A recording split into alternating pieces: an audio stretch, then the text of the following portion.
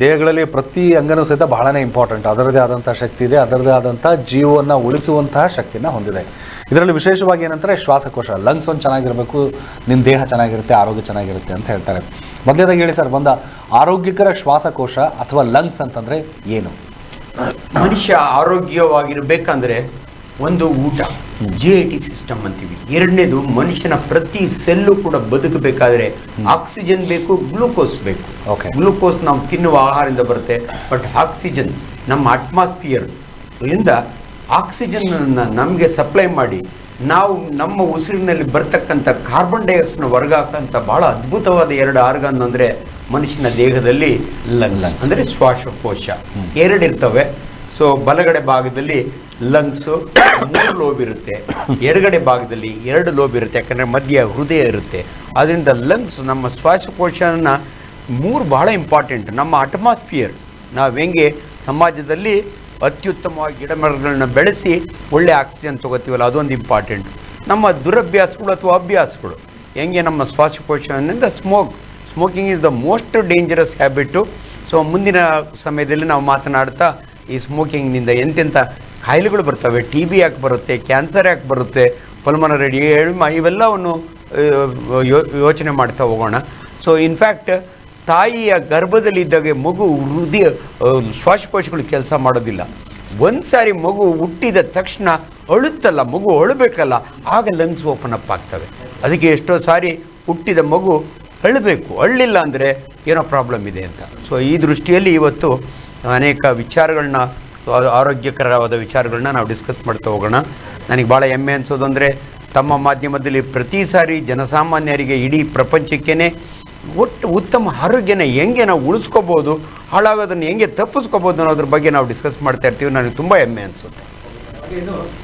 ಆರೋಗ್ಯಕರ ಶ್ವಾಸಕೋಶ ಅಂತ ಹೇಳಿದ್ವಿ. ಅಂದರೆ ಇವತ್ತಿನ ಮೂಲ ಉದ್ದೇಶ ಏನಂದರೆ ಶ್ವಾಸಕೋಶದ ದಿನ, ಡಯಾಬಿಟಿಸ್ ದಿನ ಅಂತ ಹೇಳಿ ಸಾಕಷ್ಟು ಮಾಡ್ತಾನೆ ಇರ್ತೀವಿ. ಇದರಿಂದ ನಾವು ಯಾವ ರೀತಿ ಜನರಿಗೆ ಮಾಹಿತಿಯನ್ನು ಕೊಡೋದಕ್ಕೆ ಸಾಧ್ಯ ಆಗುತ್ತೆ, ಆಮೇಲೆ ಶ್ವಾಸಕೋಶವನ್ನು ಹೇಗೆ ಕಾಪಾಡಿಕೊಳ್ಳೋದು ಅವರಿಗೆ ತುಂಬಾ ಮುಖ್ಯ ಹಾಗೂ ಅನಿವಾರ್ಯತೆ ಅಂತ ತಾವು ಹೇಳ್ತೀರಿ. ಸೊ ಈ ಡೇಗಳು ನಾವು ಸೆಲೆಬ್ರೇಟ್ ಮಾಡ್ತೀವಲ್ಲ, ಮಮ್ಮೀಸ್ ಡೇ, ಡ್ಯಾಡೀಸ್ ಡೇ, ಅದೇ ಥರ ಈ ಪಲ್ಮನಾಲಜಿ ಒಂದೊಂದು ಆರ್ಗನ್ಗೂ ಹೃದಯದ ಡೇ.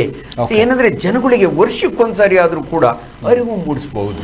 ಈ 25ನೇ ತಾರೀಕು ಇದು ಉತ್ತಮ ಶ್ವಾಸಕೋಶಗಳ ದಿನ. ಅದರಿಂದ ಇವತ್ತಿನ ಈ ಟಾಪಿಕ್ ಭಾಳ ಇಂಪಾರ್ಟೆಂಟು.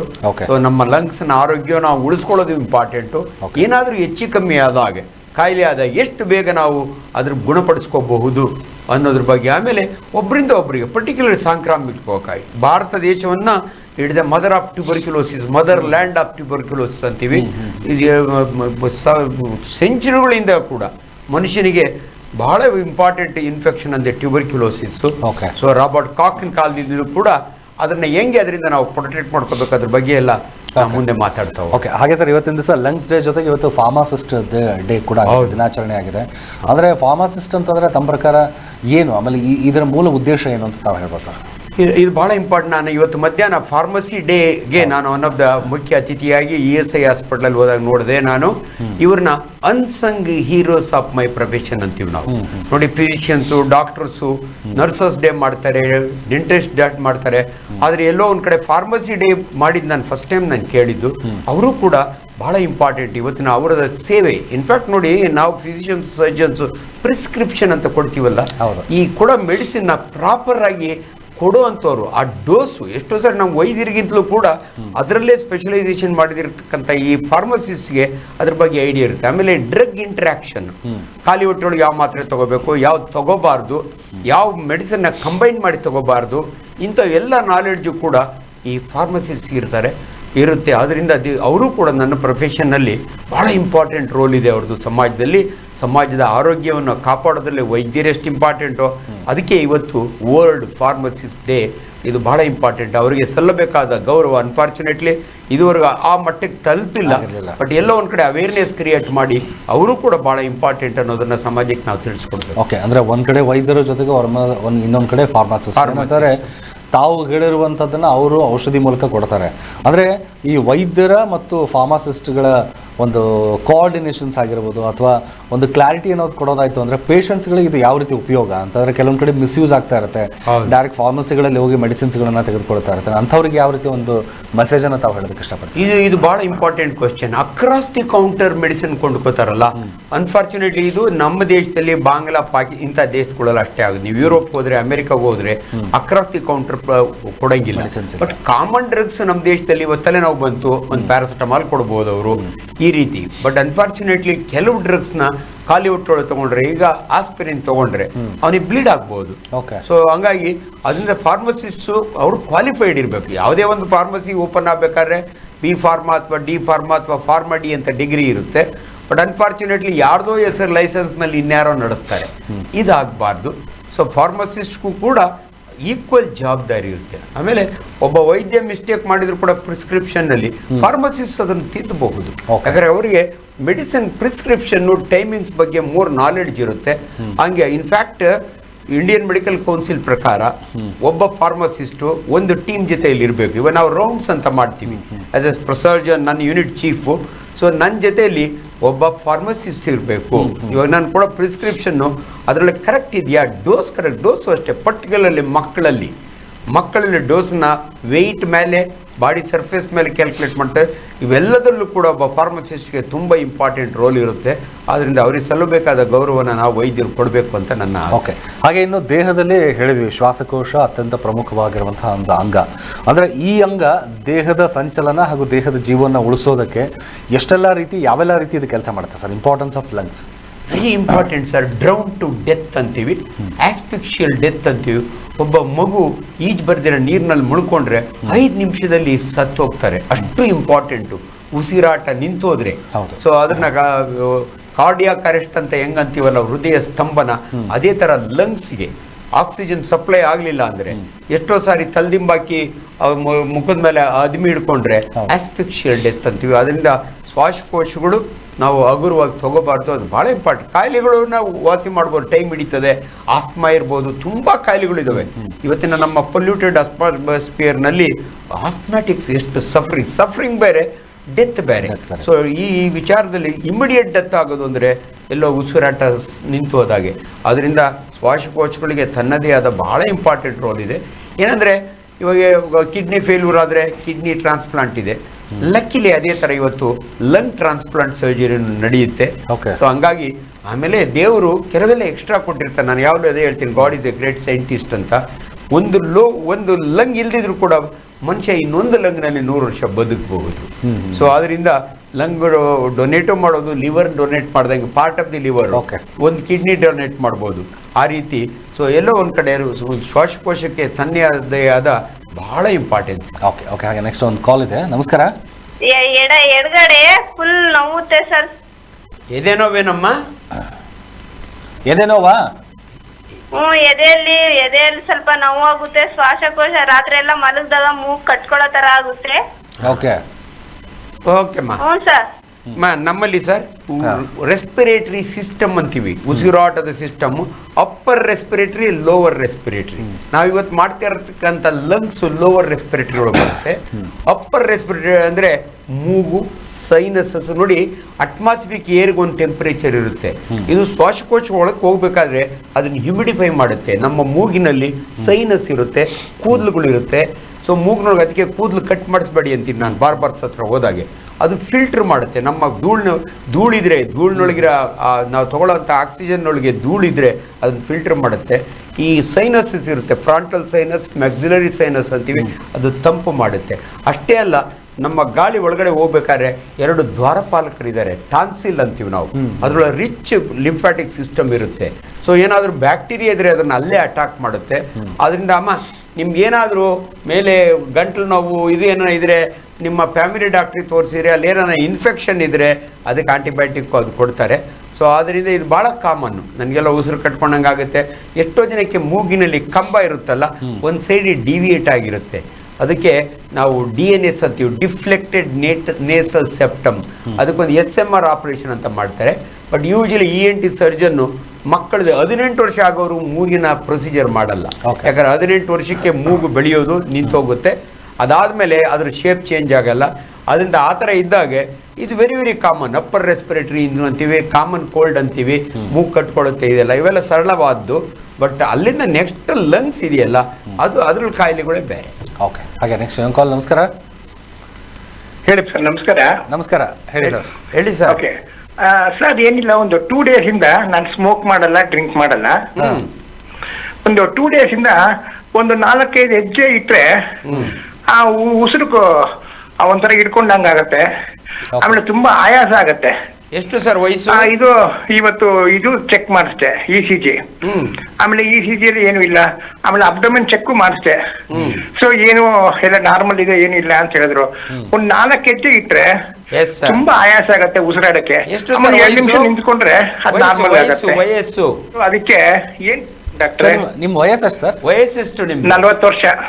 40 ವರ್ಷ is not A old age. ನೀವು ಯಾಕಂಗೆ ಆಗುತ್ತೆ ಅಂದರೆ ನೋಡಬೇಕು, ಏನಾದರೂ ಜ್ವರ ಇದೆಯಾ ಅಥವಾ ಬೇರೆ ಏನಾದರೂ ತೊಂದರೆ ಇದೆಯಾ ಅಂತ ನೋಡಬೇಕು. ನಿಮ್ದು ECG ನಾರ್ಮಲ್ ಇದ್ದರೆ ನಿಮ್ಮ ಹೃದಯ ಚೆನ್ನಾಗಿದೆ ಅಂತ ಅರ್ಥ ಯೂಶ್ವಲಿ. ಸೊ ಅದು ಬಿಟ್ಟರೆ ಅಸಿಡಿಟಿ, ತುಂಬ ಜನಕ್ಕೆ ಗ್ಯಾಸ್ಟ್ರಿಕ್ ಜಾಸ್ತಿ ಆಯಿತು ಅಂತಾರೆ. ಅವ್ರು ಸ್ವಲ್ಪ ದೂರ ಹೋದರೂ ಕೂಡ ನನಗೆ ಯಾಕೋ ಒಂಥರ ಆಗುತ್ತೆ ಡಾಕ್ಟ್ರೆ ಅಂತಾರೆ. ಇವೆಲ್ಲ ವೆರಿ ಸಿಂಪಲ್ ಪ್ರಾಬ್ಲಮ್ಮು. ನೀವು since you are not a smoker, good habit ನಿಮಗೆ. ಅದರಿಂದ ನಿಮ್ಮ ಫ್ಯಾಮಿಲಿ ಡಾಕ್ಟ್ರಿಗೆ ತೋರಿಸಿ ಒಂದು ಸಿಂಪಲ್ ಟ್ರೀಟ್ಮೆಂಟ್ ತೊಗೊಂಡ್ರೆ ನೀವು ಆರಾಮಾಗ್ತೀರಾ ಸರ್. ಓಕೆ, ಹಾಗೆ ನೆಕ್ಸ್ಟ್ ನಮ್ಮ ಕಾಲ್. ನಮಸ್ಕಾರ, ಹೇಳಿ. ಕೇಳಿಸ್ತಿದೆಯಾ? ಹೇಳಿ ಹೇಳಿ. ಹಲೋ ಸರ್, ನಾನು ಕವಿತಾ ಅಂತ ತುಮಕೂರಿಂದ. ಓಕೆ, ಹೇಳಿ ಮೇಡಮ್, ಪ್ರಶ್ನೆ ಕೇಳಿ. ಸರ್, ನನಗೆ ತುಂಬಾ ಅಲರ್ಜಿ ಸರ್. ಮೂಗಲ್ಲಿ ಯಾವಾಗಲೂ ತೋರುತ್ತೆ. ಮತ್ತೆ ಈ ಮಳೆ ಬಂತು, ಈ ಚಳಿ ಜಾಸ್ತಿ ಆಯ್ತು ಅಂದ್ರೆ ಜಾಸ್ತಿ ಸೀನು, ನೆಗಡಿ, ಮೂಗ್ ಕಟ್ಟೋದು, ನೈಟ್ ಎಲ್ಲ ಜಾಸ್ತಿ ಆಗುತ್ತೆ ಸರ್ ನನಗೆ. ಹೌದಮ್ಮ ಅಮ್ಮ, ಈಸ್ ವೆರಿ ವೆರಿ ಕಾಮನ್ ಅಮ್ಮ. ಅಮ್ಮ ಇಲ್ಲಿ ಕೇಳಿ, ನೀವು ತುಮಕೂರಿನವರು, ನಾನು ಬೆಂಗಳೂರಿಂದ ಮಾತಾಡ್ತಾ ಇದ್ದೀನಿ. Bengaluru is called the allergy city of the world. ನಾವು ಹೆಂಗೆ ಸಿಲಿಕಾನ್ ಸಿಟಿ ಇದ್ರ ಸಿಟಿ ಎಲ್ಲ ಅಂತೀವಲ್ಲ, ಕ್ಲೀನ್ ಸಿಟಿ, ಗಾರ್ಡನ್ ಸಿಟಿ, ಅದೇ ಥರ ನಮ್ಮದು ಅಲರ್ಜಿ ಸಿಟಿ. ಯಾಕೆ ಗೊತ್ತಮ್ಮ, ನಿಮ್ಮ ಮನೆ ಸುತ್ತಮುತ್ತ ಕಾಂಗ್ರೆಸ್ ಗಿಡಗಳು ಏನಾರು ಇದ್ರೆ ಅದ್ರ ಪೋಲೆನ್ ಬಂದು ನಿಮ್ಮ ಮೂಗ್ನೊಳಗೆ ಕೂತ್ಕೊಂಡ್ರೆ ನಿಮ್ಗೆ ಅಲರ್ಜಿ ಶುರುವಾಗುತ್ತೆ. ಅಲರ್ಜಿಗೆ ಕಾರಣ ಅಲರ್ಜನ್ ಅಂತೀವಿ ನಾವು. ಯಾವುದು ಹೊರಗಡೆಯ ಒಂದು ವಸ್ತು ಬಂದು ನಿಮ್ಮ ಮೂಗಿನಲ್ಲಿ, ಗಂಟಿನಲ್ಲಿ ಕೂತ್ಕೊಳ್ಳುತ್ತಲ್ಲ, ಆಗ ನಮ್ಮ ದೇಹದ ಸೋಲ್ಜರ್ಸ್ ಇರ್ತಾರೆ, WBCs, ಅವು ಅದ್ರ ಜೊತೆ ಫೈಟ್ ಮಾಡೋವಾಗ ಇಸ್ಟಮಿನ್ ಅಂತ ಒಂದು ಹಾರ್ಮೋನ್ ರಿಲೀಸ್ ಆಗುತ್ತೆ. ಅದರಿಂದ ನಿಮಗೆ ಆ ಥರ ಎಲ್ಲ ಆಗುತ್ತೆ. ದಯವಿಟ್ಟು ನಿಮ್ಮ ಡಾಕ್ಟ್ರ್ ಹತ್ರ ತೋರಿಸಿದ್ರೆ ಆಂಟಿ ಹಿಸ್ಟಮಿನ್ ಕೊಡ್ತಾರೆ. ನೀವು ಕೇಳಿರ್ತೀರಿ, ಅವೆಲ್ಲು, ಸೆಡ್ಜಿನ್ ಇವೆಲ್ಲ ಇರ್ತವೆ, ಕೊಡ್ಬೋದು. ಜ್ವರ ಇಲ್ಲ ಅಂದರೆ ಆಂಟಿಬಯೋಟಿಕ್ ಬೇಕಿಲ್ಲ. ಅನ್ನೆಸರಿ ಆಂಟಿಬಯೋಟಿಕ್ಸ್ ತುಂಬ ಜನ ತೊಗೋತಾರೆ, ಅಥವಾ ನಾವು ಪ್ರಿಸ್ಕ್ರೈಬ್ ಮಾಡ್ತೀವಿ, ಆ ಥರ ಮಾಡಬಾರ್ದು. ಸೊ ಆದ್ದರಿಂದ ವೆರಿ ವೆರಿ ಸಿಂಪಲ್ಲು, ಆದಷ್ಟು ಅವಾಯ್ಡ್ ಮಾಡಿ ಅಮ್ಮ ಅಲರ್ಜನ್ಸ್ ಜೊತೆಯಲ್ಲಿ ಹೋಗೋದು. Okay okay, thank you. ಹಾಗೆ ನೆಕ್ಸ್ಟ್ ಇನ್ನೊಂದು ಕಾಲ್. ನಮಸ್ಕಾರ. ಸ್ವಲ್ಪ ಅದು 3 ತಿಂಗಳು 4 ತಿಂಗಳಿಗೆ ಸ್ವಲ್ಪ ಕೆಮ್ಮು ಬಂದಾಗ ಸ್ವಲ್ಪ ಆಯಾಸ ಆದಂಗೆ ಆಗ್ತದೆ ಸರ್. ಏನು ಹೆಸರು ನಿಮ್ದು? ಯಾವೂರಿಂದ? ವಿಜಯನಗರ. ವಯಸ್ಸೆಷ್ಟು? ವಿಜಯನಗರ ಜಿಲ್ಲೆಯಿಂದ ಸರ್. ನಮ್ಮ ಹೆಸರು ವಯಸ್ಸೆಷ್ಟು ನಿಮ್ದು? 56. ಸ್ಮೋಕ್ ಮಾಡ್ತೀರಾ? ಇಲ್ಲ ಇಲ್ಲ, ಯಾವ ಒಳ್ಳೇದಾಯ್ತು ಬಿಡಿ ಹಂಗಾರೆ. ಇಲ್ಲ ಇಲ್ಲ, ಇಟ್ಸ್ ವೆರಿ ಕಾಮನ್. ನೀವು ಸೀಸನಲ್ಲು ನಮ್ಮ ದೇಶದೊಳಗೆ ಒಂದೊಂದು ಸೀಸನ್ನಾಗ ಒಂದೊಂದು ಥರ ಉಸಿರಾಟದ ತೊಂದರೆ ಬರುತ್ತೆ. ಅದು ಟೆಂಪ್ರೇಚರ್ ಒಂದೇ ಅಲ್ಲ, ಅಲರ್ಜನ್ಸ್. ನೀವು ಕಣಗಾಲದಲ್ಲಿ ಅಥವಾ ಬೇರೆ ಗಿಡಗಳದ್ದು ಫಲ ಪಶುವ ಬರ್ತಾವಲ್ಲ, ಆ ಟೈಮ್ನಾಗ ಯೂಶ್ವಲಿ ಹಂಗೆ ಆಗುತ್ತೆ. ಅದಕ್ಕೆ ತಕ್ಕಂಗೆ ಅದನ್ನು ಆದಷ್ಟು ನಮ್ಮಲ್ಲಿ ಏನಂದರೆ avoid the contact with allergens ಅಂತೀವಿ ನಾವು. ನೀವು ಹೆಂಗೂ ಸ್ಮೋಕರ್ ಅಲ್ಲ, ಹಂಗಾಗಿ ಎಲ್ಲೋ ಒಂದು ಕಡೆ ಒಂದು ಸಿಂಪಲ್ ಟ್ರೀಟ್ಮೆಂಟ್ ನಿಮ್ಮ ಡಾಕ್ಟರ್ ಹತ್ರ ಹೋಗಿ ತೊಗೊಂಡ್ರೆ ಆರಾಮಾಗ್ತೀರಿ. ಅದೇನು ಭಯ ಬೀಳಕ್ಕೆ ಹೋಗಬೇಡಿ. ಓಕೆ, ಹಾಗೆ ನೆಕ್ಸ್ಟ್ ಇನ್ನೊಂದು ಕಾಲ್.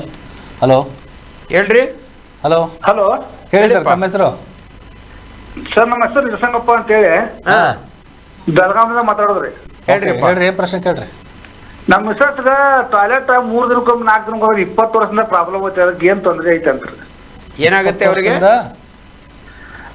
ಟಾಯ್ಲೆಟ್ 3 ದಿನಕ್ಕೊಂದ್ಸಲ ಹಾಕತ್ರಿ. 3 ದಿವಸಕ್ಕೆ ಒಂದ್ಸರಿ ಏನು? ಟಾಯ್ಲೆಟ್ ಮೋಷನ್ಸ್ಗೆ ಹೋದ 3 ದಿನಕ್ಕೆ ಒಂದ್ ಬಾರಿ ಮಾತ್ರ ಹೋಗ್ತಾರೆ. ಮೋಷನ್ ನೀವು ಹೇಳ್ತಿರೋದು? ಎಷ್ಟು ವಯಸ್ಸು ಅವ್ರಿಗೆ? ಅವ್ರಿಗೆ 40 ಸರ್. 40. ರಾಯ್ರೆ, ನಮ್ಮಲ್ಲಿ ಬಹಳ ಸಿಂಪಲ್ ಆಗಿದೆ. ದಿನ ಮೋಷನ್ ಹೋಗ್ಬೇಕು ಅಂತ ಎಲ್ಲೂ ರೂಲ್ಸ್ ಇಲ್ಲ. ಕೆಲವರು 1 ದಿನಕ್ಕೆ 2 ಸಾರಿ ಹೋಗ್ತಾರೆ, ಕೆಲವರು 2 ದಿನಕ್ಕೆ 1 ಸಾರಿ ಹೋಗ್ತಾರೆ. ನಮ್ಮ ಸೈನ್ಸ್ ಪ್ರಕಾರ ಒಬ್ಬ ಮನುಷ್ಯ 1 ವಾರದಲ್ಲಿ 3 ಮೋಷನ್ ಮಾಡಿದರೆ ದಟ್ ಈಸ್ ನಾರ್ಮಲ್. ಇನ್ನೊಂದು, ಮೋಷನ್ ನಾರ್ಮಲ್ ಆಗಬೇಕು ಅಂದರೆ ಮನುಷ್ಯ ಭಾಳ ಸರಿ ತಪ್ಪು ತಿಳ್ಕೊತಾನೆ, ನನಗೆ ಚೆನ್ನಾಗಿ ಡೈಜೆಷನ್ ಆದರೆ ಚೆನ್ನಾಗಿ ಮೋಷನ್ ಆಗುತ್ತೆ ಅಂತ. ಹಂಗಲ್ಲ. ನೀವು ತಿನ್ನುವ ಆಹಾರದಲ್ಲಿ ಡೈಜೆಸ್ಟ್ ಆಗದಿರೋ ಅಂಥ ಇದನ್ನ ನಾವು ಫೈಬರ್ ಅಂತೀವಿ. ಇವಾಗ ಚೇಪೆ ಹಣ್ಣು ತಿಂತೀರಿ, ಚೇಪೆ ಬೀಜ ಫೈಬರು. ಸೌತೆಕಾಯಿ ತಿಂತೀರಿ, ಆ ಮೇಲ್ಗಡೆ ಕವರು, ಅವೆಲ್ಲ ಫೈಬರು. ಸೊ ಸೊಪ್ಪು ತರಕಾರಿಗಳು, ಹಣ್ಣು, ಜ್ಯೂಸ್ ಎಲ್ಲ ನೀವು ತೊಗೊಂಡ್ರೆ ಅಂಡ್ ನೀರು ಕುಡಿಬೇಕು. ಭಾಳ ಜನ ನೀರೇ ಕುಡಿಯಲ್ಲ. ನೀರು ಕುಡಿದ್ರೆ ರೀಸಸ್ಗೂ ಅಷ್ಟೇ ಅಲ್ಲ, ಮೋಷನ್ಗೂ ಒಳ್ಳೆಯದು. ಆಮೇಲೆ ಮುದ್ದೆ ಗಟ್ಟಿ ಅಲ್ಲ, ಚಪಾತಿ ಈಟಲ್ಲ, ಕೋಳಿ ಈಟಲ್ಲ. ಇದನ್ನೆಲ್ಲವನ್ನು ಗಮನದಲ್ಲಿಟ್ಕೊಂಡು ಅವರು ವಾರಕ್ಕೆ 3 ಸರಿ ಮೋಷನ್ ಮಾಡಿದರೆ ನಾರ್ಮಲ್ ನಮ್ಮ ಸೈನ್ಸ್ ಪ್ರಕಾರ. Okay, thank you. ಹಾಗೆ ನೆಕ್ಸ್ಟ್ ಇನ್ನೊಂದು ಕಾಲ್. ನಮಸ್ಕಾರ. ಹಲೋ, ಹೇಳಿ ಮೇಡಮ್, ತಮ್ಮ ಹೆಸರು ಯಾವರಿಂದ? ನಾವು ಧಾರವಾಡದಿಂದ ಹಚ್ಚಿದ್ದೇವೆ ಸರ್. ಏನ್ರಿ ನಿಮ್ಮ ಹೆಸರೇನ್ರಿ?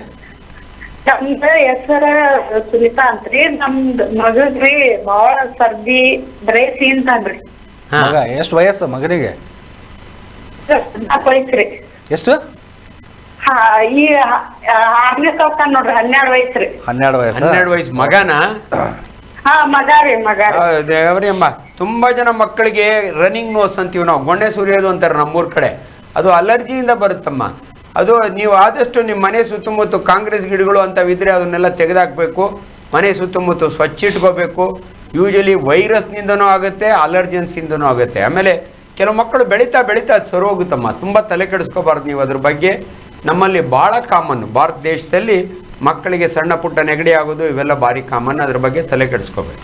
ಓಕೆ ಸರ್, ಅಂದರೆ ಸಾಕಷ್ಟು ಜನ ಕೇಳ್ತಿದ್ದಾರೆ ಏನಂತಂದರೆ ಈ ಅಲರ್ಜಿಗಳಾಗಿರ್ಬೋದು, ಆಸ್ತಮಾ ಆಗಿರ್ಬೋದು, ಇವೆಲ್ಲವೂ ಸಹಿತ ಎಲ್ಲ ಒಂದು ಕಡೆ ಶ್ವಾಸಕೋಶಕ್ಕೆ ಡೈರೆಕ್ಟ್ ಫಸ್ಟ್ ಎಫೆಕ್ಟ್ ಆಗೋದು. ಇದು ಅದು ಕಾಂಪ್ಲಿಕೇಶನ್ ಫಸ್ಟ್ ಅಪ್ಪರ್ ರೆಸ್ಪಿರೇಟರಿ.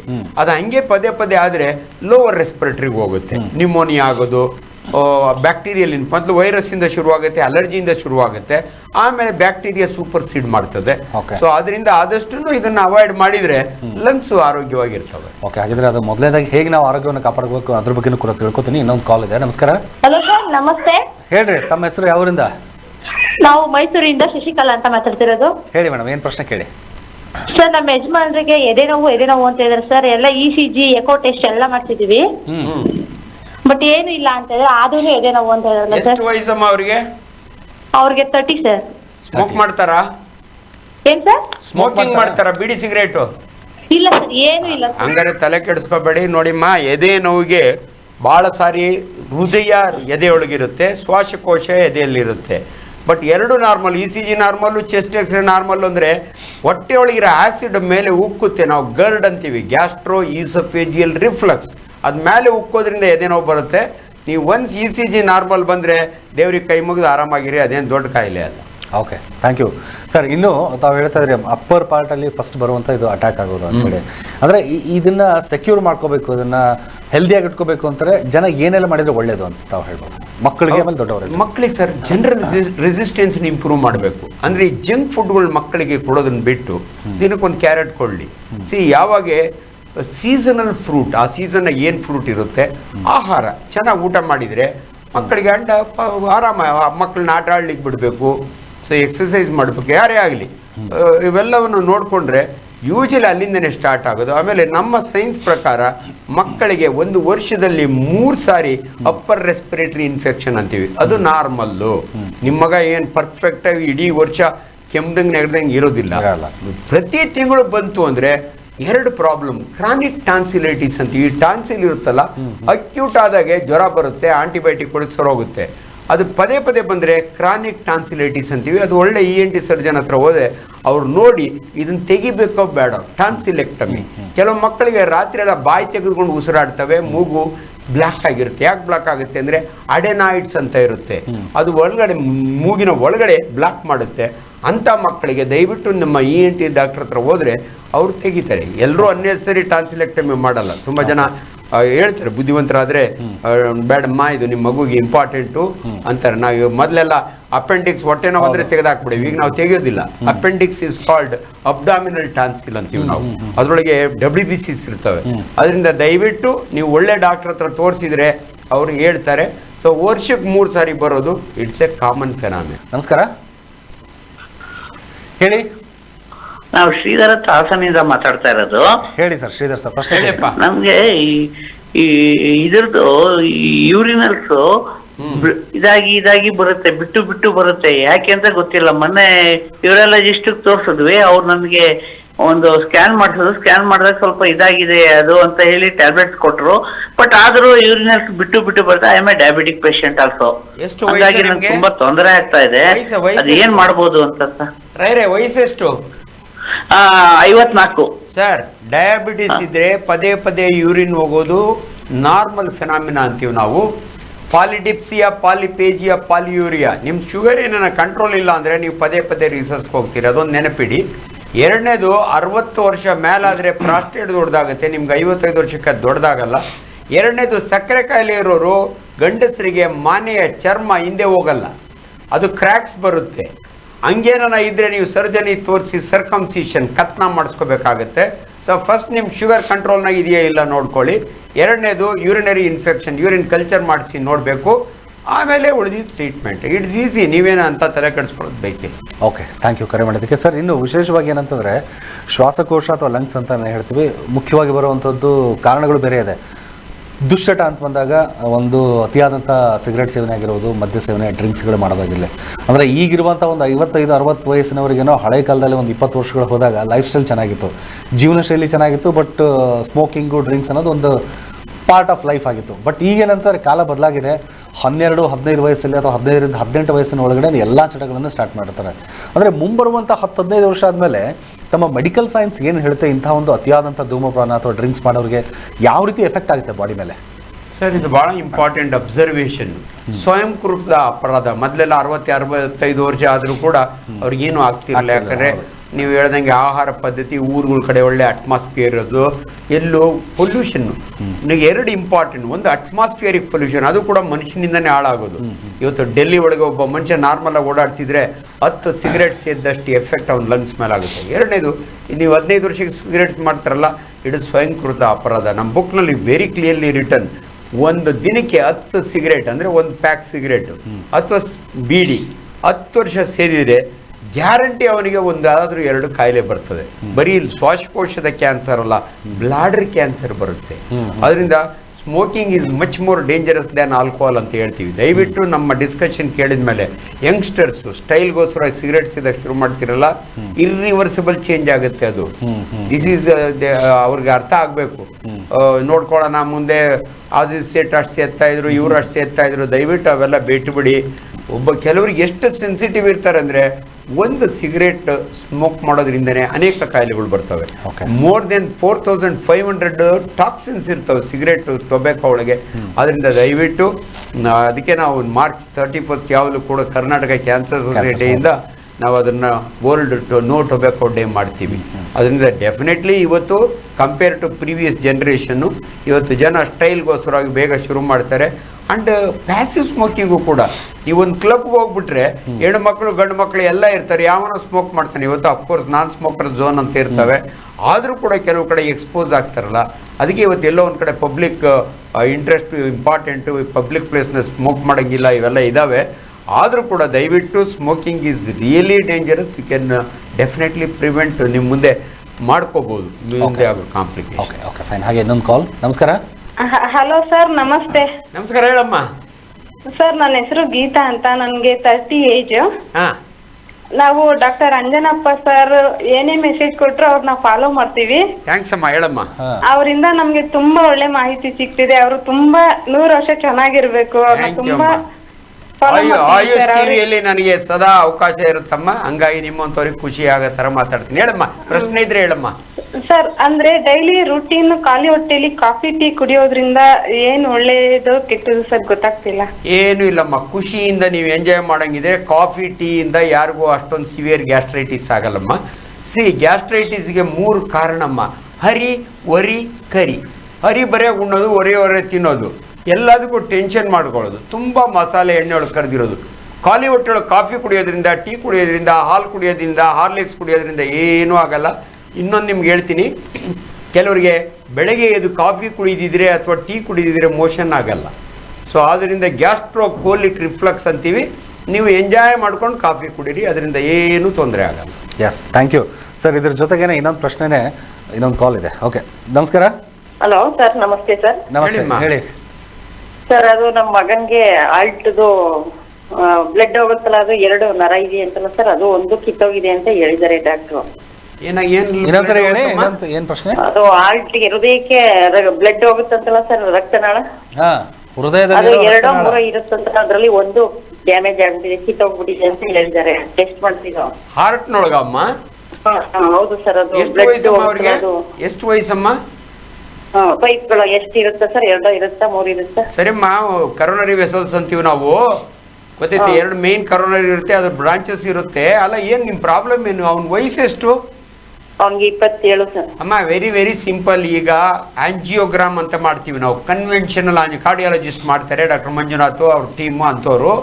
ಅದು ಬಿಟ್ಟರೆ CT ಆಂಜಿಯೋಗ್ರಾಮ್ ಅಂತ ಇದೆಯಮ್ಮ, ಅದರೊಳಗೆ ಗೊತ್ತಾಗ್ಬಿಡುತ್ತೆ ಯಾಕೆ ಯಾವ ಬ್ಲಡ್ ಬ್ಲಾಕ್ ಆಗಿದೆ ಅಥವಾ ಇನ್ನೇನಾದರೂ ಬ್ಲೀಡಿಂಗ್ ಆಗಿದೆಯಾ ಗೊತ್ತಾಗುತ್ತೆ. ಅದಕ್ಕೆ ತಕ್ಕಂಗೆ ಕಾರ್ಡಿಯಾಲಜಿಸ್ಟ್ ಟ್ರೀಟ್ಮೆಂಟ್ ಕೊಡ್ತಾರೆ, ಸ್ಟೆಂಟ್ ಹಾಕ್ತಾರೆ ಅಥವಾ ಬೈಪಾಸ್ ಮಾಡಬೇಕಾ 3 ಅವೆಲ್ಲ ಹೇಳ್ತಾರೆ. ಅದೇನು ಗಾಬರಿ ಆಗಬೇಡಿ, ನೀವು ಕರೆಕ್ಟ್ ಕಾರ್ಡಿಯಾಲಜಿಸ್ಟ್ ಹತ್ರ ಹೋಗಿ ಟೆಸ್ಟ್ ಮಾಡಿಸಿ. Thank you. ಹಾಗೆ ನೆಕ್ಸ್ಟ್ ಇನ್ನೊಂದು ಕಾಲ್. ನಮಸ್ಕಾರ. ಹಲೋ, ಹೇಳಿ, ತಮ್ಮ ಹೆಸರು? ಯಾವೂರಿಂದ? ಸರ್ ನಮಸ್ಕಾರ, ನನ್ನ ಹೆಸರು ಭಾಗ್ಯಲಕ್ಷ್ಮಿ ಅಂತೇಳಿ. ಯಾವೂರಿಂದ? ಅಸ್ತಮ ಕಾಯಿಲೆ ವಾಸಿನೇ ಆಗಲ್ವಾ? ಲೈಫ್ ಲಾಂಗ್ ಹಂಗೆ ಇರುತ್ತಾ? ಮತ್ತೆ ನನ್ಗೆ ಪದೇ ಪದೇ ಅದೇ ಶ್ವಾಸಕೋಶ ಅದೇ ಲಂಗ್ಸ್ ಇನ್ಫೆಕ್ಷನ್ ಅಂತ ಕೊಟ್ಟಿದ್ದಾರೆ. ನನ್ಗೆ ಸಣ್ಣ ಮಗು ಬೇರೆ ಆಗಿದೆ, ಅದಕ್ಕೂ ಬಂದ್ಬಿಡುತ್ತಾ ಅನ್ನೋದೊಂದು ಪ್ರಶ್ನೆ ಇದೆ. ಎಷ್ಟು ನಿಮ್ಮ ವಯಸ್ಸು? ಮತ್ತೆ ಮಗುಗೆ ಏನಾದ್ರು ಅದೇ ಅಸ್ತಮ ಕಾಯಿಲೆ ಬಂದ್ಬಿಡುತ್ತಾ ಅನ್ನೋದು ಒಂದು ಇದೆ. ನಿಮ್ಮ ಏಜ್ ಎಷ್ಟು? ತುಂಬಾ ಜನಕ್ಕೆ ವಯಸ್ಸೆಷ್ಟಮ್ಮ ನಿಮ್ಗೆ? ನನ್ಗೆ 42 ವರ್ಷ ಸರ್. ಸರಿಮ್ಮ. ಅಮ್ಮ, ಅನೇಕರಿಗೆ ಒಂದು ಕನ್ಫ್ಯೂಷನ್, ಆಸ್ತಮಾ ಅಂದ್ರೆ ಅಲರ್ಜಿಕ್ ಬ್ರಾಂಕೈಟಿಸ್ ಅಂದ್ರೆ ಅವೆಲ್ಲ ಒಂದು ಕ್ಯಾಟಗರಿಯಲ್ಲಿ ಬರ್ತವೆ. ಬ್ರಾಂಕೋಸ್ಪ್ಯಾಸಮ್, ಇವ ಮೀನನ್ನ ನೀರಿಂದ ಎತ್ತಿ ಹೊರಗಡೆ ಹಾಕಿದ್ರೆ ಉಸಿರಾಡ್ಲಿಕ್ಕೆ ಕಷ್ಟಪಡುತ್ತಲ್ಲ, ಅದೇ ರೀತಿ ಮನುಷ್ಯನಿಗೆ ನಮ್ಮ ಉಸಿರಿನ ನಾಳಗಳಿರ್ತಾವಲ್ಲಮ್ಮ, ಬ್ರಾಂಕಸ್ಸು, ಇವೆಲ್ಲ ಸ್ಪ್ಯಾಸಮ್ಗೆ ಹೋಗ್ತವೆ. ಆ್ಯಂಡ್ ಆಸ್ತಮಾ ಇವೆಲ್ಲ ಎಂಥ ಕಾಯಿಲೆ ಅಂದರೆ ಆವು ಸಾಯಲ್ಲ, ಕೋಲು ಮುರಿಯಲ್ಲ. ಅದ್ರ ಜೊತೆ ನೀವು ಬದುಕೋದು ಕಲ್ತ್ಕೊಳ್ಳಿ. ಎರಡನೇ, ನಿಮ್ಗೊಂದು ಧೈರ್ಯ ಹೇಳ್ತೀನಿ, ನಿಮಗಿರೋ ಪ್ರಾಬ್ಲಮ್ ನಿಮ್ಮ ಮಗುಗೆ ಬರಬೇಕು ಅಂತ ಎಲ್ಲೂ ರೂಲ್ಸ್ ಇಲ್ಲ. ಕೆಲವು ಫ್ಯಾಮಿಲಿಗಳಾಗಿ ಇರ್ತವೆ, ಬಟ್ ಅಬ್ಸರ್ವ್ ಮಾಡಿ, ಯಾರ ಮನೆಯೊಳಗೆ ಈ ಡಸ್ಟ್ ಜಾಸ್ತಿ ಇರುತ್ತೆ, ಅದರೊಳಗಾಗಿ ಮಂಚಗಳ ಸೊಂದೆ ಇಚ್ ಮೈಟ್ ಅಂತ ಇರುತ್ತೆ, ಅಂಥದನ್ನು ನೀವು ನೆಗೆಟಿವ್ ಸೆಕ್ಷನ್ ಒಳಗೆ ಕ್ಲೀನ್ ಮಾಡಬೇಕು, ತಿಂಗಳಿಗೊಂದ್ಸಾರಿ, ವಾರಕ್ಕೊಂದ್ಸಾರಿ. ಸೊ ಯಾವಾಗ ನಿಮ್ಮ ದೇಹದಲ್ಲಿ ಈ ಫಾರಿನ್ ಬಾಡೀಸ್ ಬಂದು ಕೂತ್ಕೋತಾವಲ್ಲ, ಅದರಿಂದ ಬ್ರಾಂಕೋಸ್ಪ್ಯಾಸಮ್ ಬಂದು ಅದನ್ನು ನಾವು ಆಸ್ತಮಾ ಅಂತೀವಿ. ಅರ್ಥ ಆಯ್ತಲ್ಲಮ್ಮ?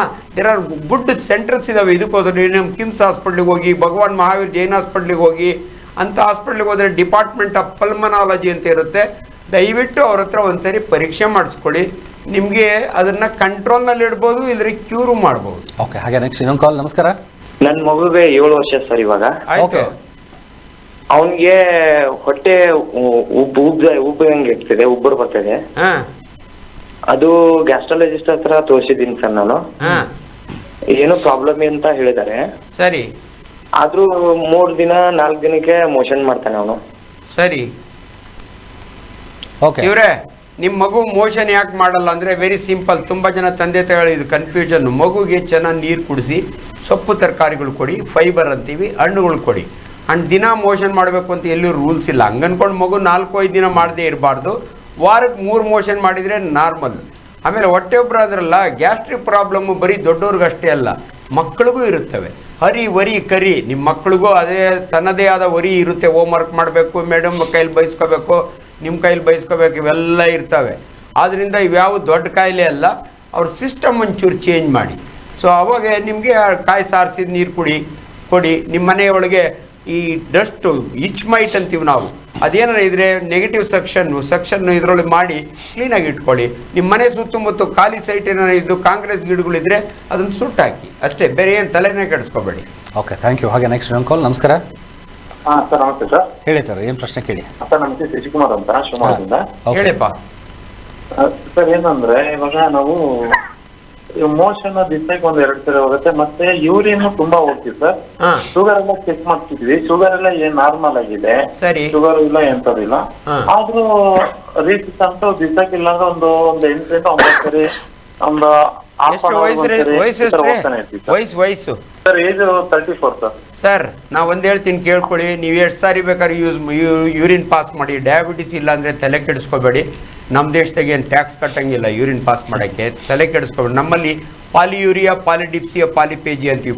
ಪದೇ ಯೂರಿನ್ ಪಾಸ್ ಮಾಡಿದರೆ ಸಕ್ಕರೆ ಕಾಯಿಲೆ ಇರ್ಬೋದಾ ಅಂತ ನೋಡ್ತೀವಿ. ಇನ್ನೊಂದಿದೆ ಡಯಾಬಿಟಿಸ್ ಇನ್ಸಿಪಿಡಿಸ್ ಅಂತ ಒಂದು ಕಾಯಿಲೆ ಇದೆ, ಅದು ಭಾಳ ಅಪರೂಪ. ಹಂಗಾಗಿ ತಲೆ ಕೆಡಿಸ್ಕೋಬೇಡಿ. ನೀವು ಚೆನ್ನಾಗಿ ನೀರು ಕುಡೀರಿ. Depends on your quantity. ನೀವು ಎಷ್ಟು ಒಳಗಾಗ್ತಿರಲ್ಲ ಅಷ್ಟು ಈಚೆಗೆ ಬರುತ್ತೆ. ಸೊ ಒಂದು 2.5-3 ಲೀಟ್ರ್ ನೀರು ಕುಡೀರಿ, ಯೂಶಲಿ ಅಷ್ಟೇ ಬರುತ್ತೆ. ರಾತ್ರಿ ಹೊತ್ತು ನೀವು ಎದ್ದೊಳ್ದಿದ್ರೆ it is very very safe. ರಾತ್ರಿ ಹೊತ್ತು 3-4 ಸರಿ ಎದ್ದೊಳಂಗಿದ್ರೆ ಡಿಸ್ಟರ್ಬ್ ಆಗುತ್ತೆ. ಅದರ್ವೈಸ್ ಹಗಲೊತ್ತು ಕೆಲವ್ರಿಗೆ ಆ ರೀತಿ ಕುಡ್ದಿದ್ದೆಲ್ಲ ಹಂಗೆ ಬಂದ್ಬಿಡುತ್ತು ಅಂತಾರೆ, ಹಂಗೆಲ್ಲ ಬರೋದಿಲ್ಲ. ಕಿಡ್ನಿಗೆ ಹೋಗಿ ಫಿಲ್ಟರ್ ಆಗಿ ರೀಅಬ್ಸಾರ್ಬ್ ಆಗಿ ಆಮೇಲೆ ನಿಮ್ಗೆ ಯೂರಿನ್ ಬರೋದು. ಹಂಗಾಗಿ ಅದ್ರ ಬಗ್ಗೆ ಹೆಚ್ಚಿಗೆ ತಲೆ ಕೆಡಿಸ್ಕೋಬೇಡಿ. ಓಕೆ, ಹಾಗೆ ನೆಕ್ಸ್ಟ್ ಇನ್ನೊಂದು ಕಾಲ್. ನಮಸ್ಕಾರ. Hello sir. ಹೇಳಿ ಸರ್, ತಮ್ಮ ಹೆಸರು ಹೇಳ್ರಿ. ಅವರಿಂದ? ಸರ್ ನಮಸ್ಕಾರ ಸರ್, ಬಳ್ಳಾರಿಯಿಂದ ಸರ್. ಹೇಳಪ್ಪ. ಸರ್ ಡಾಕ್ಟರ್ ಕುಡಿ ಸರ್ ಮಾತಾಡಿ. ಮಾತಾಡ್ತೀನಿ ಹೇಳಿಪ್ಪ. ಸರ್ ನಮಸ್ತೆ ಸರ್. ನಮಸ್ತೆ. ಹಲೋ ಹೇಳಿ. ಕೇಳಿ ಪ್ರಶ್ನೆ ಕೇಳಿ. ಸರ್, ನಮ್ಮ ಮಿಸಸ್ಗೆ ದುರ್ಮಾಂಸ ಆಗಿದೆ ಸರ್. ಆಕ್ಚುಲಿ ನಮ್ಮ ಮೂಗಲ್ಲಿ ಹಾ, ಅವರು ಸರ್ ಈಗ ಆಪರೇಷನ್ ಮಾಡಿಸ್ಬೇಕಂತ ಹೇಳ್ತಾ ಇದಾರೆ ಸರ್ ಅವರು. ಕರೆಕ್ಟ್ ಇದೆ. 18 ವರ್ಷ ಆದ್ಮೇಲೆ ಯಾರಿಗೆ ಬೇಕಾದ್ರೂ ಮೂಗ್ನಾಗ ಆಪರೇಷನ್ ಮಾಡ್ಬೋದು. ಯೂಶಲಿ 15 ವರ್ಷದ ಹುಡುಗರಿಗೆ ಹುಡುಗಿಯರಿಗೆ ಮೂಗಿನ ಶೇಪ್ ಚೇಂಜ್ ಆಗುತ್ತೆ ಅಂತ ಆಪರೇಷನ್ ಡಿಲೇ ಮಾಡ್ತಾರೆ. 21 ವರ್ಷ ಆದಮೇಲೆ ಈಗ ತುಂಬ ಎಂಡೋಸ್ಕೋಪಿಕ್ ಪ್ರೊಸೀಜರ್ ಬಂದಿದ್ದಾವೆ. ದಯವಿಟ್ಟು ಮೆಡಿಕಲ್ ಕಾಲೇಜ್ಗೆ ಹೋಗಿ ಅಥವಾ ನಿಮ್ಮ ಒಳ್ಳೆ ENT ಸರ್ಜನ್ ಹತ್ರ ಹೋದರೆ ಅವರು ಆ ದುರ್ಮಾಂಸ ಬೆಳೆದಿರುತ್ತೆ, ಪಾಲಿಪ್ ಅಂತೀವಿ ನಾವು, ಪಾಲಿಪೆಕ್ಟಮಿ ಮಾಡ್ತಾರೆ, ಮಾಡಿಸಿ, ಏನು ತೊಂದರೆ ಇಲ್ಲ. ಓಕೆ, ಥ್ಯಾಂಕ್ ಯು ಕರೆ ಮಾಡಿದ್ದಕ್ಕೆ. Ready sir.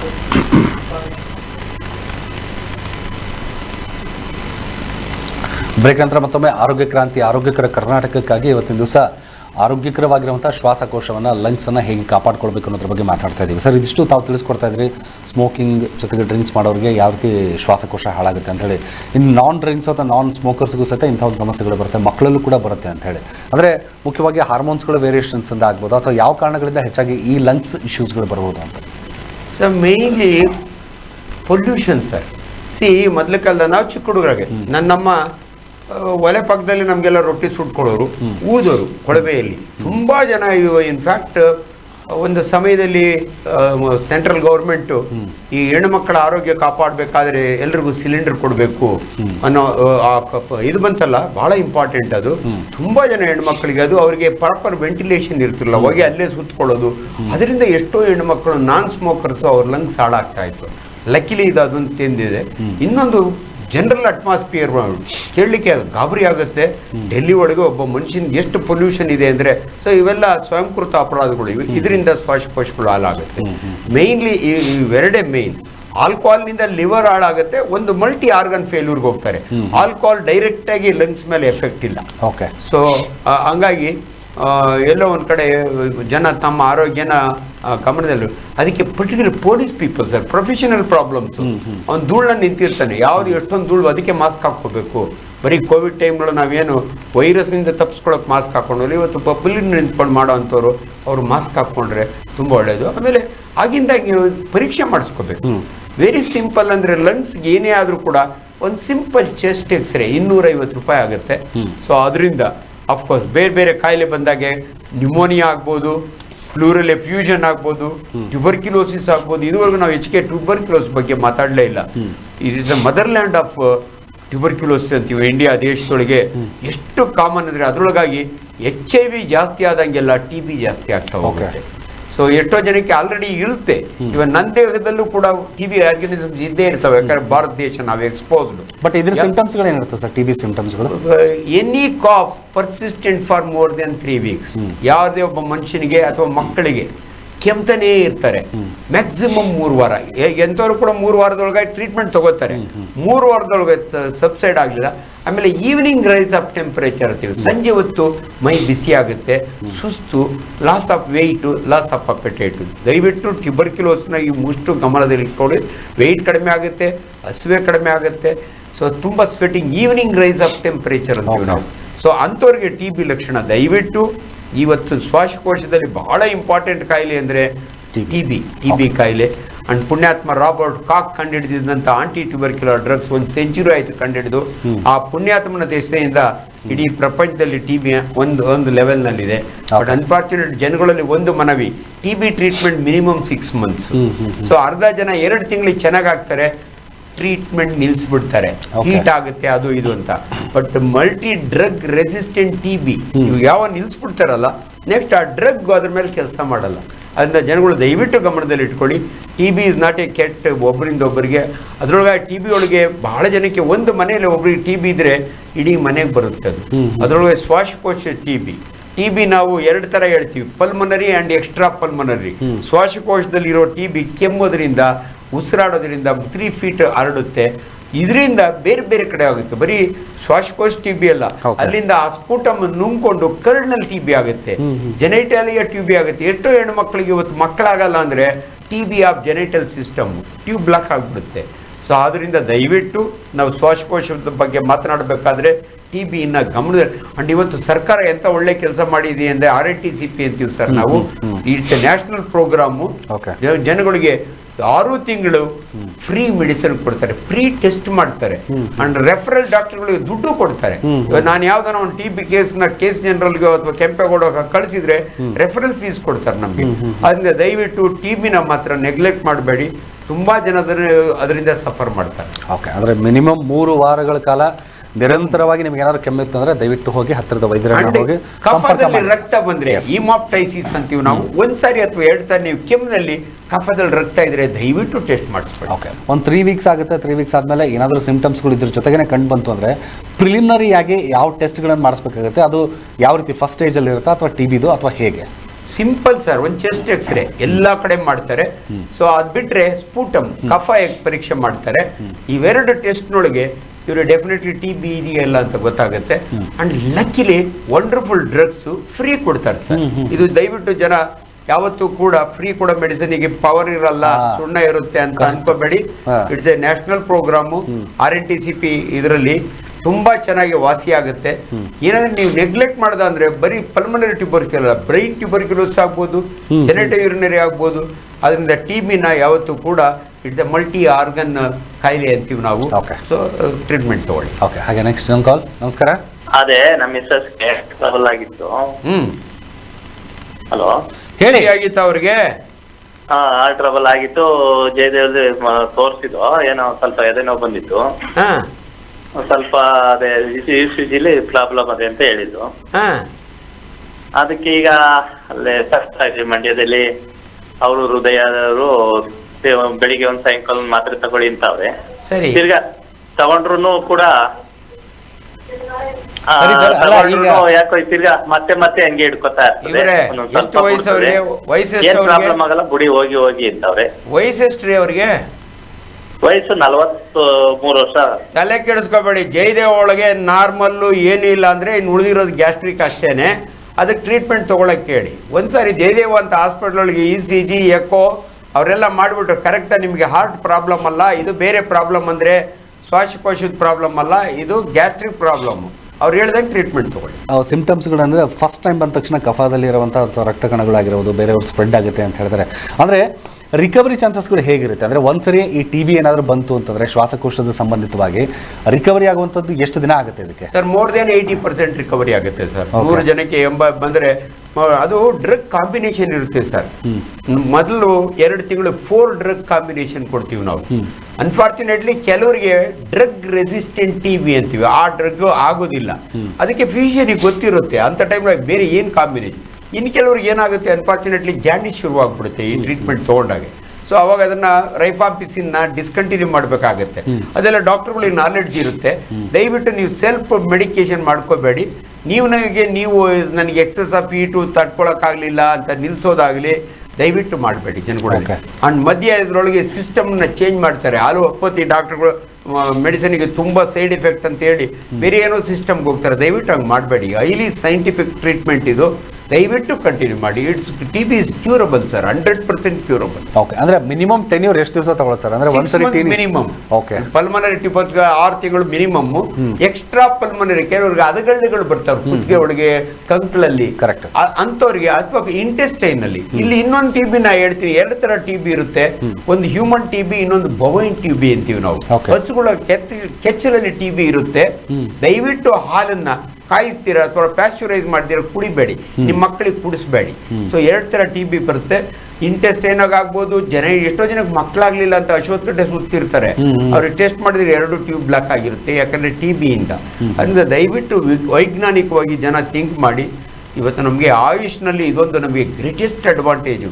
ಕರೆಕ್ಟ್ ಇನ್ಫಾರ್ಮೇಷನ್, ವೈಜ್ಞಾನಿಕ ವಿಚಾರಗಳನ್ನ ನಾವು ಡಿಸ್ಕಸ್ ಮಾಡಿ ಜನಗಳಿಗೆ ಫೀಡ್ ಮಾಡ್ತಾ ಇದ್ದೀವಿ. ದಯವಿಟ್ಟು ಫಾಲೋ ಮಾಡಿ.